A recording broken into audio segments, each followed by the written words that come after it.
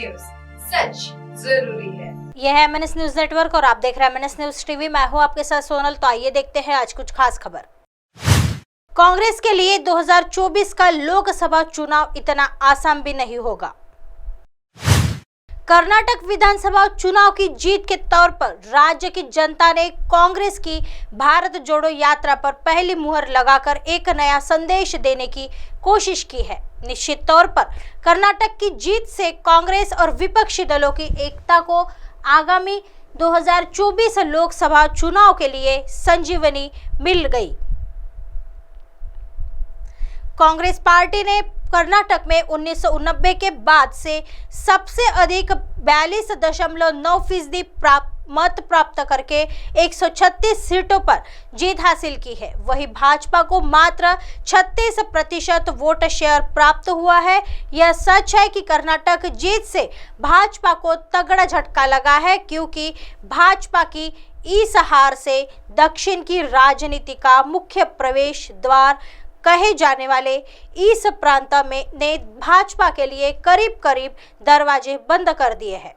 दक्षिण भारत का कर्नाटक एकलौता ऐसा राज्य था जहां भाजपा ने अपना सर्वस्व झोंककर पहली बार किसी तरह से सत्ता पर काबिज होकर बड़ी कामयाबी हासिल की थी। भाजपा को उम्मीद थी कि कर्नाटक विजय का असर दक्षिण के अन्य राज्यों के साथ 2024 के लोकसभा चुनाव पर भी पड़ेगा। यही कारण है कि पीएम मोदी ने कर्नाटक के साथ साथ केरल में भी रोड शो किया था। भाजपा 104 सीटों से सिमटकर 65 पर आ गई है, अर्थात 2018 के मुकाबले उसे इस चुनाव में 39 सीटों का नुकसान हुआ है। हालांकि भाजपा के वोट प्रतिशत में कोई खास बदलाव नहीं आया है, क्योंकि भाजपा को 2018 की बनिस्बत केवल 0.2% यानी मोटे तौर पर नगण्य वोट का नुकसान हुआ। कांग्रेस को करीब 4.9% वोट का इजाफा हुआ है। इसका प्रमुख कारण है कि कर्नाटक के 3 मजबूत समुदाय लिंगायत, कुर्बा और वोक्कालिगा ने भाजपा से इतर कांग्रेस को वोट दिया है, जो से लबरेज कांग्रेस पार्टी कर्नाटक विधानसभा चुनाव में मिली बड़ी जीत का श्रेय इस समय वरिष्ठ नेता राहुल गांधी को देगी, क्योंकि भारत जोड़ो यात्रा के दौरान उन्होंने सबसे ज्यादा वक्त कर्नाटक में बिताया। स्वाभाविक रूप से इस जीत से पार्टी के कार्यकर्ताओं और मतदाताओं के बीच उनकी जुझारू छवि का उम्दा असर पड़ना तय है। वही मल्लिकार्जुन खड़गे का मुकाम भी पार्टी में पहले से और अधिक दृढ़ होगा, चूंकि कर्नाटक उनका गृह राज्य है। कर्नाटक की जीत से पूरे देश में कांग्रेस की इमेज बेहतर होने के प्रबल संभावना है, क्योंकि इस चुनाव का असर हाल ही में होने वाले चुनावी राज्यों राजस्थान, मध्य प्रदेश, तेलंगाना, आंध्र प्रदेश और छत्तीसगढ़ में अवश्य देखने को मिल सकता है। कांग्रेस की इस जीत का प्रभाव बाकी विपक्षी दलों पर भी नजर आ सकता है। आइए बढ़ते हैं अगली खबर की तरफ। गहलोत ने बाड़मेर जिले में माइक खराब होने पर कलेक्टर पर डिवाइस फेंका।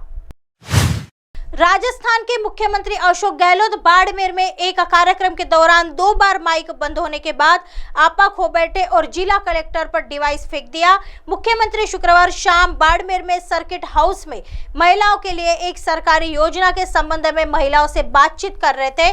बाद में जिलाधिकारी ने फेंका हुआ माइक उठाया। वही मुख्यमंत्री कार्यक्रम के दौरान भीड़ प्रबंधन से खुश नहीं थे। गहलोत बाड़मेर के 2 दिवसीय दौरे पर थे। सीएम गहलोत जनसभा को संबोधित करने के बाद सर्किट हाउस गए और एक कार्यक्रम में शामिल हुए, जहां सरकार द्वारा महिलाओं के लिए चलाई जा रही है योजनाओं पर कई चर्चा हुई।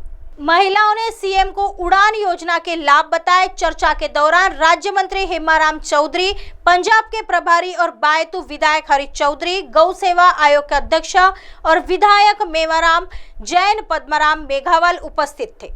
आइए बढ़ते हैं अगली खबर की तरफ। घायलों को देंगे बेहतरीन चिकित्सा सुविधा, दोषियों को मिलेगी सजा, पीएम। ओडिशा के बालासोर में हुए भीषण ट्रेन हादसे को बेहद गंभीर घटना करार देते हुए प्रधानमंत्री नरेंद्र मोदी ने शनिवार को कहा कि सरकार घायलों को सर्वश्रेष्ठ चिकित्सा सुविधा मुहैया कराने में कोई कसर नहीं छोड़ेगी। दोषी पाए जाने पर कड़ी सजा दी जाएगी। घायल यात्रियों से मिलने के बाद बालासोर अस्पताल में मीडिया से बात करते हुए मोदी ने कहा, इन 2 ट्रेनों में कई राज्यों के लोग यात्रा कर रहे थे और उनमें से कई ने अपनी जान गंवाई है। यह एक दर्दनाक घटना है और इसके बारे में कल्पना करना बहुत कठिन है। उन्होंने कहा, जिन लोगों की मौत हो गई है उन्हें वापस नहीं लाया जा सकता, लेकिन सरकार उनके परिवारों के साथ खड़ी है। एक बहुत ही गंभीर घटना है। जांच के आदेश दिए गए हैं। जो भी दोषी पाया जाएगा उसे कड़ी सजा दी जाएगी। ऐसे ही दिन भर की तमाम बड़ी खबरों से आपको रूबरू कराएंगे। तब तक बने रहिए MNS न्यूज के साथ। नमस्कार।